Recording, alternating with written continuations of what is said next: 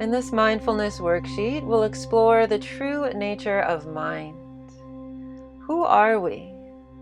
Are we our thoughts and emotions? Are we the awareness of those thoughts and emotions? Or are we something else? True nature of mind.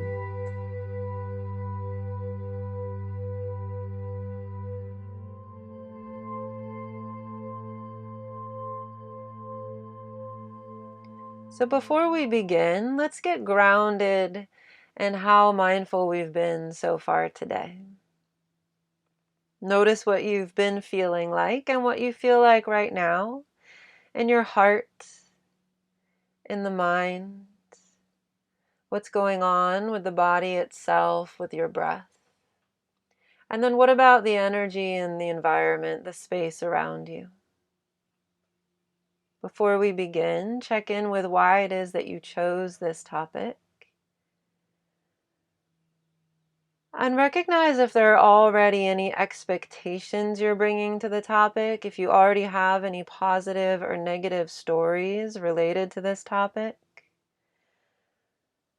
And if you do, or depending on what's arising, how does that feel in your body? Are there any emotions present that you associate with felt sensation in the body? Keep that all in mind as we go through the worksheet, and keep in mind too that you're not the only one to feel this way. And keep in mind that your feelings might change. They can change in any moment. And then finally, as we go through the worksheet, and then again after we're done, question how you might apply what it is that we learned today to your day-to-day life.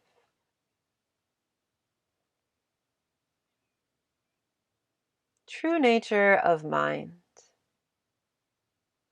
So in our meditation practice, we're not trying to get happiness, contentment, joyfulness, or peace. There's actually nothing outside of us that we can gain or win or achieve that will lead us to awakening. Nothing outside of us. There's no external goal to arrive at. The goal, if there is a goal of meditation other than awareness, is to reveal happiness, contentment, joyfulness, and peace. So of course, this makes the assumption that these are all things which you already have within you. That happiness, contentment, joyfulness, and peace are available to you already. And this too makes the assumption that perhaps you're already awakened. So if you're already awakened, why can't you see it?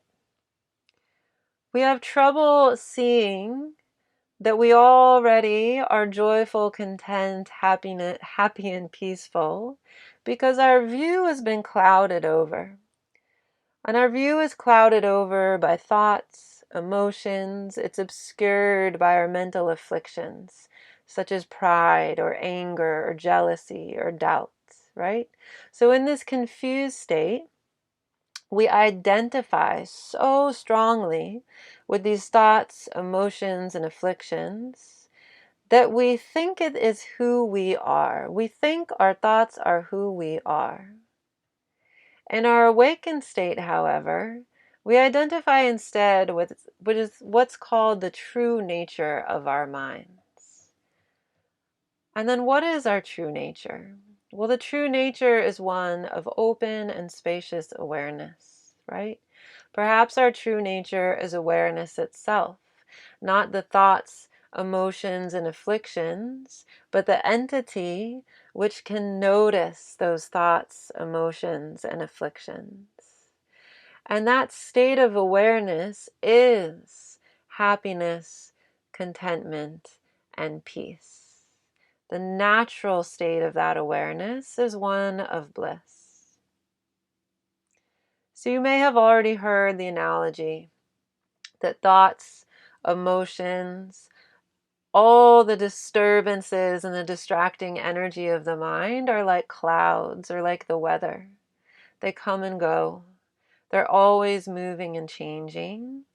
This is known as the appearance of our mind, the appearance or the illusion of the mind and the true self. Our true nature, on the other hand, is like the sky in which the clouds move and come and go. The sky itself is always present, infinitely stable and at ease, even when obscured by a cloudy or stormy day. This is the essence of our mind, our true nature.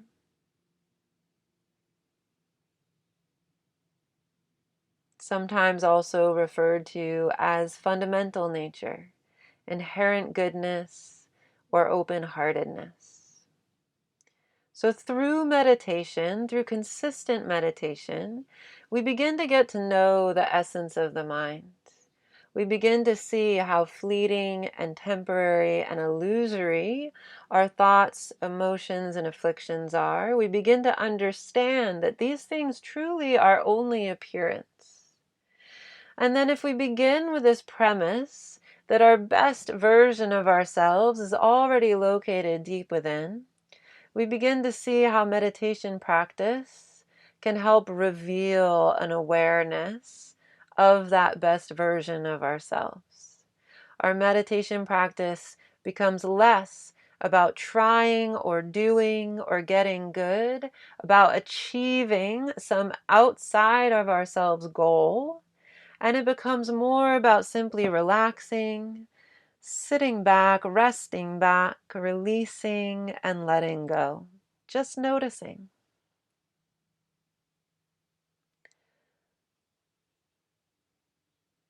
So we'll do a little meditation here on turning inward, and then we'll answer a few questions to deepen awareness of our experience. Find a comfortable seat in a quiet place. If you're doing this meditation on your own, you might like to set a timer, and for now you can simply follow along. Close your eyes. Sit up a little taller, lengthen your spine, but release your shoulders. Balance upright posture with a sense of sitting in a relaxed, comfortable posture. Breathe slowly and evenly in and out through your nose. And as you draw attention and awareness to the breath,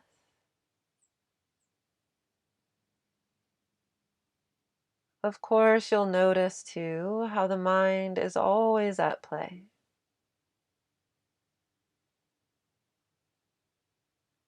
Thoughts, emotions never cease to arise. But if we don't give chase, they eventually dissipate. They come and they go.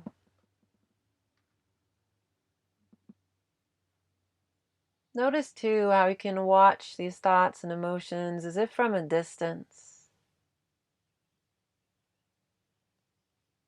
There's a separation between the part of you that is doing the thinking,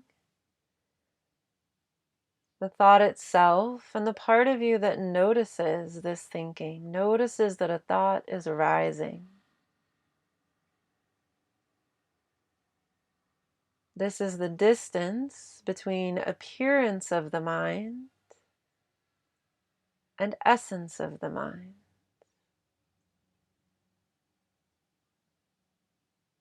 See if you can't turn further inward towards the self that is the watcher,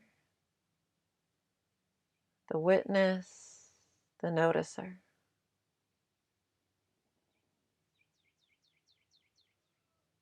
Stay present with this self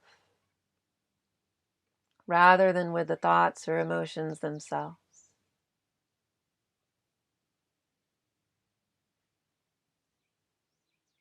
And then contemplate, what is the nature of this self, the self that is the witness? What is the nature of this awareness?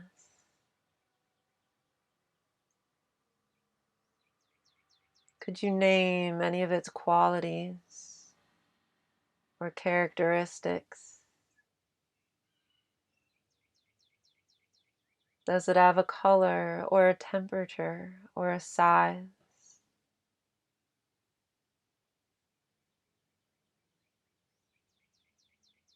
Rest in the presence of this deep awareness, your most inner self.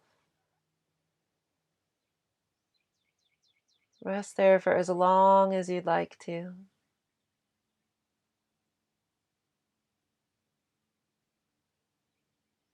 Continuing to turn inward.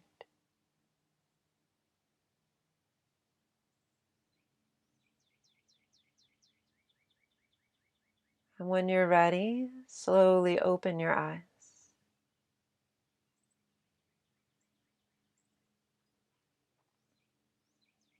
And we'll review a few questions on what it is that you noticed.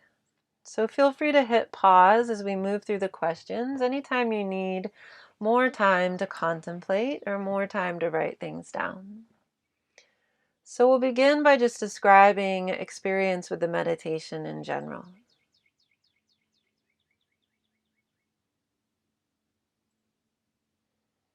And then which one do you think is you? Your thoughts or the mind or the entity that is noticing these thoughts?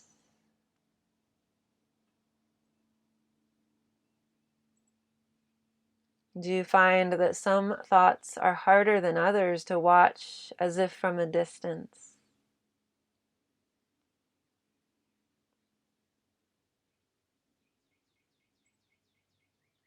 And in the meditation, were you able to connect with a sense of self that went beyond the thoughts themselves?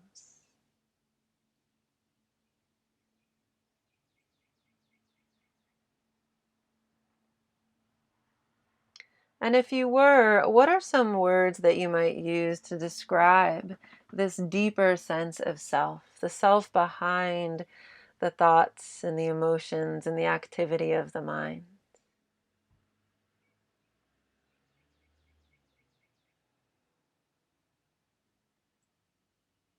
You often hear people talk about bringing the mind home. What does that phrase mean to you?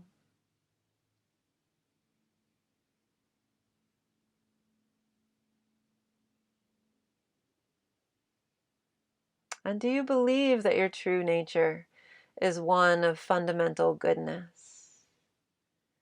Do you believe that happiness, bliss, joy, contentment, that these are already who you truly are?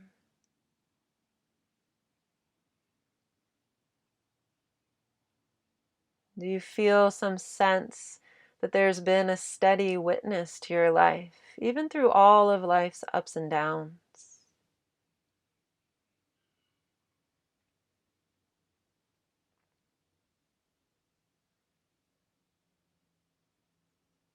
And it is said, we are what we think. Contemplate this. What does it mean, and do you think it's true? You are what you think.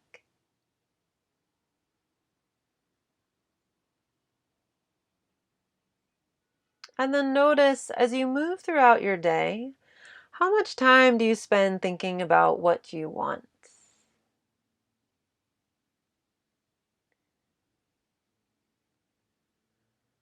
And then how much time would you say you spend trying to avoid the things that you don't want?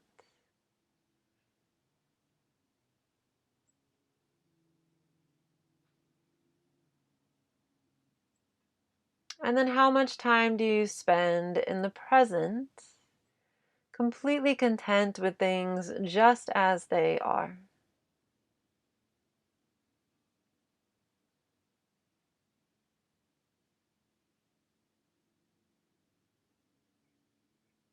How do you think it might benefit your life to do less and to rest back more, to move from doing towards being?